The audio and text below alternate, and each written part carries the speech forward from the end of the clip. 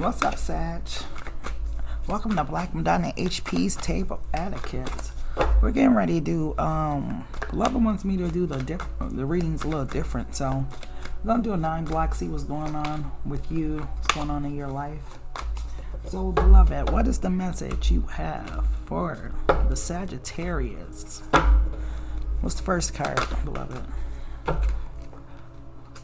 The 4 of Wands. The Knight of Cups. What else, beloved? Wow. The 7 of Wands. The Star. Not in the center. The Tower.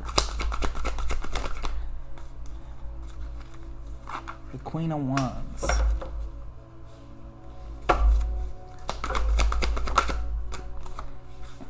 The 8 of Wands. Oh wow. The Knight of Wands.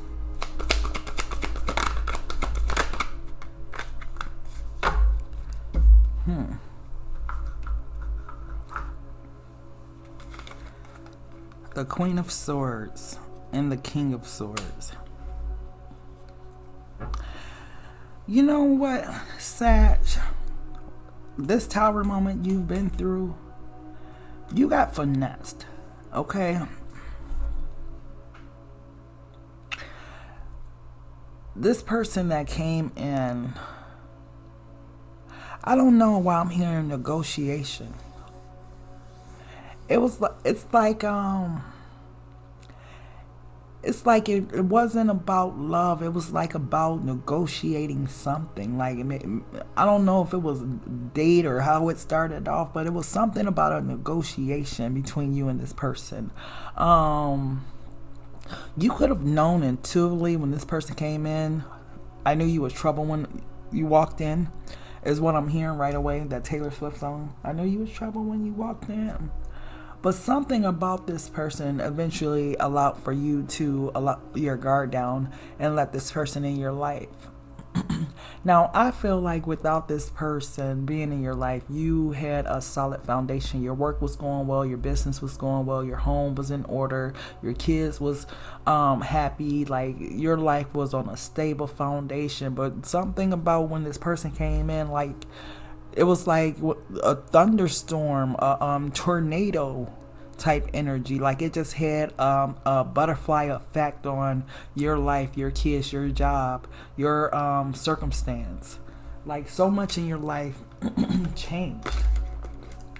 You know, what's interesting is so much in your life, what they meant for evil, God used for good.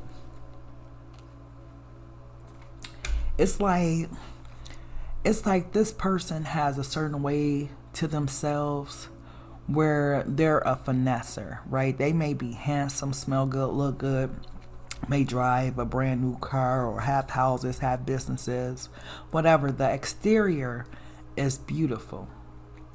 But this person is a finesser. They utilize those things to capture, here we go, capture their victims. And for me to say capture their victims, it tells me that you were dealing with a narcissistic person who has a circle of victims that they play with. You know, one thing I really understand about you at this time is that you are in this Queen of Swords energy.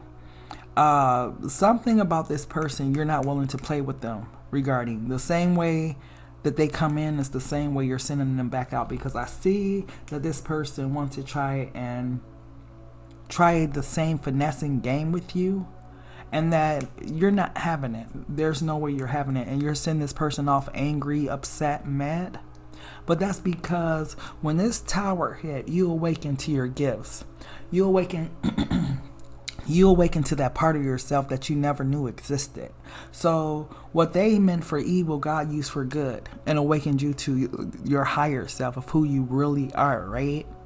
I feel like the question I still have for you, Sag, is you knew this person, I don't know if you knew intuitively, if your friends told you, or how you knew, but you knew this person was trouble when they walked in. You knew that you needed to protect yourself from this person, that you needed to guard your heart, that you needed to protect your energy. But something was very tempting about this person. I feel like to a certain extent it could have been their conversation, the way they talk, the way they walk. Something about this person was very attractive, but they came with an empty ass cup. There was nothing in this cup.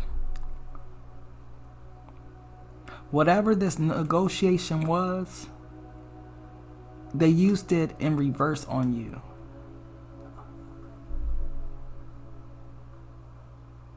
It's like, I think Steve Harvey said it. Don't give a man, or a woman for that matter, the blueprint to your heart, right? When they ask you, you know, what are you looking for, whatever, don't tell them the blueprint to how to get to your heart, or how to get in your panties, or how to get to your money. You know, say your what did Steve Harvey say? Say your standards. You know, where you're, you know, I like someone who's responsible or whatever. I think less is best, right? That's the same way or how Eve was tempted in the garden, was the snake got to talking to Eve. Now, what's interesting about this story, and I shock people when I say this, they blame Eve for biting the apple, right? But it's like in a one short sentence, it says that Eve was in the garden and man was with her. Now, your woman in the garden talking to the snake, and the snake had to be attractive, or they had to have some type of finesse to get Eve, a woman, to talk to them, right? Now, man had been kicking it with God way before Eve came along, okay? Man been kicking it with God, learning from God, naming all the animals, you know, day in, day out with God. You know, that's all they know is God, because remember, they didn't know right from wrong or anything like that. So all man knew was God.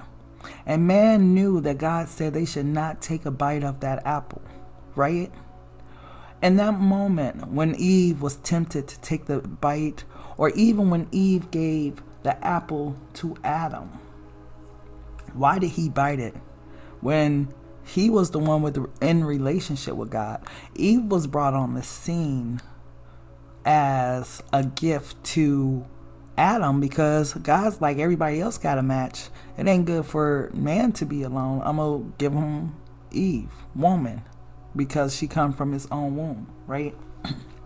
So I say all that to say, if a person can get you talking, I mean really talking, they could finesse you out of whatever. Because the reason they're getting you talking is to learn how you operate. You know, some people have ill intentions, you know. Their mindset doesn't work like the average person. When they're trying to, like, I think I was working earlier or something. I caught a small snippet of Judge Mathis, and it was this woman on there. And I don't understand this for the life of me, sad. It was a woman on there. And she was like, oh, I am so embarrassed. But, you know, I thought that he was a good person, and so on and so forth. So she started explaining the story of how she met him and talked to him for like a month. And then she finally met him. And the day after she met him, he asked her for $15,000. And I'm like, that's a lot of zeros for someone that you only knew a day and been talking to a month. That's I mean, my thinking was, what made her do it? Because, you know, did she do it in an easy way where she just wrote it out in a check form and she didn't have to count all the zeros? Or did she give him cash where she had to count out 100, 200, 300? Because as you're counting, you know, something gotta click in.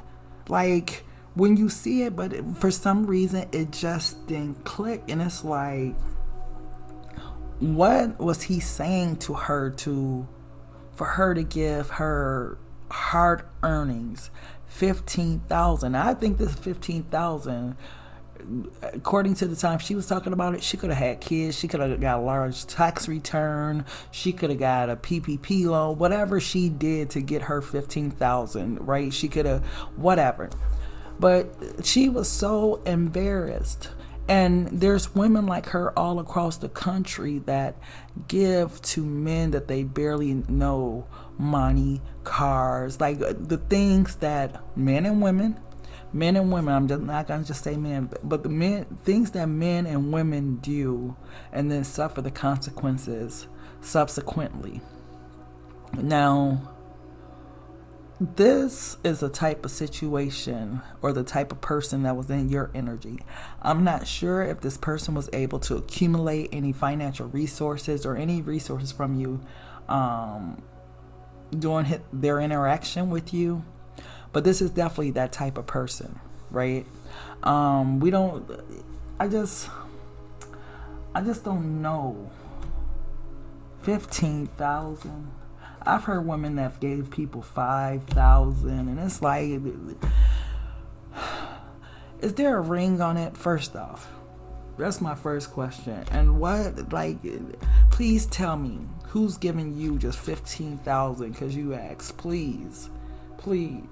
If you've asked someone for 15,000 a month and a day after you met them, and you've been able to get it, please drop in the comment down below. But it's just not easy to come across. So it's amazing what some people are able to get from people. It was another, I think the one right behind it, I don't know if this was the lesson for you, Sag, but the one right behind it, this woman financed this dude a Tesla.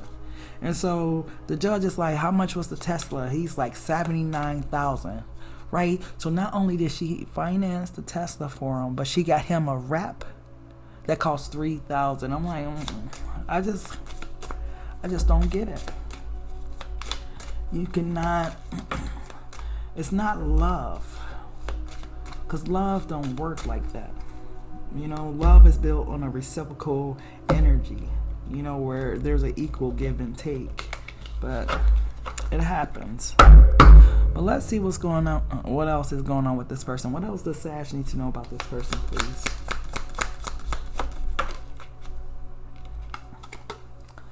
So this is a dark man. Okay, Dylan's a relationship with a dark man with dark complexion or hair. Okay, romance is in the air, and that's exactly what you thought it was too, girl or bro.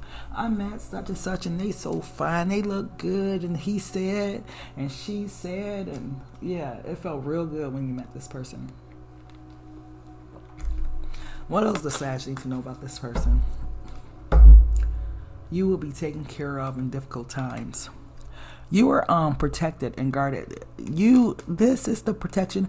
You were given like a warning or something about this person. Something happened initially with this relationship. It's like it was a big ass red flag there. And for some reason, you totally disregarded it. Like, oh, that's not anything. And it was like definitely meant for you. Like, this, I'm trying to show you who this person is, Sag. What else does Sag need to know? Another man is popping up. A fair man. Dylan's a relationship with a man with blonde, gray, or white hair. So this could be male or female is what I've noticed about these. And then successful outcome to your problem. Like I said, what this person meant for harm, God used for your good. And that's God being merciful, because sometimes as humans, we just don't get it, right? God could do the biggest red flag right there in your face. But sometimes as humans, we just don't get it. But God is still merciful, and he'll still use our mistakes for good. So, what else? Firecracker, excitement. Okay, maybe this is what you felt, this instant attraction or something to this person.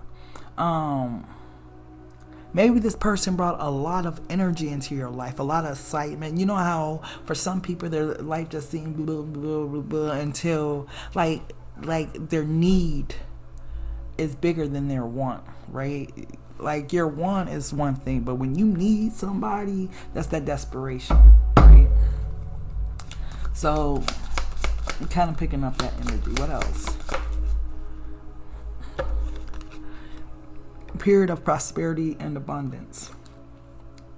Now with this bread card coming out and that whole conversation I just had, there was somebody here that gave to this person some type of gifting, is what this person would call it.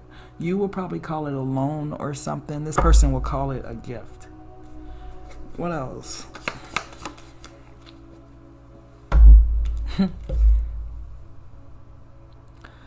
Take care, or there will be loss of material wealth. Which, now I understand why Beloved had me watching those shows in that series. Hidden secrets can harm you. Now I understand exactly why I was watching those shows at that time. Somebody here got bamboozled by a scammer, a lowlife. And I don't mean to call people low lives, but it's low vibrational energy, and they do live in a lower energy vibration, okay? The thing I like is that somebody learned their lesson. Someone is a Queen of Wands that's got into their Queen of Swords when they're dealing with this person. They're sending this person right back where they came from. And if they think they're playing, they got some words for them. Okay, so this person might try to be nice to this person, but if this person gets off the chain or says something reckless to this person got some words for them that's gonna hurt their little feelings, and they're gonna walk away kind of hurt. Okay, let me see what else does Sagittarius need to know.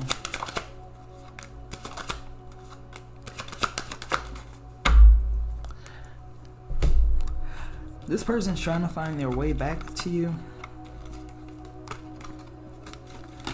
but I don't know if this person should be accepted back. Like I said, you're in that Queen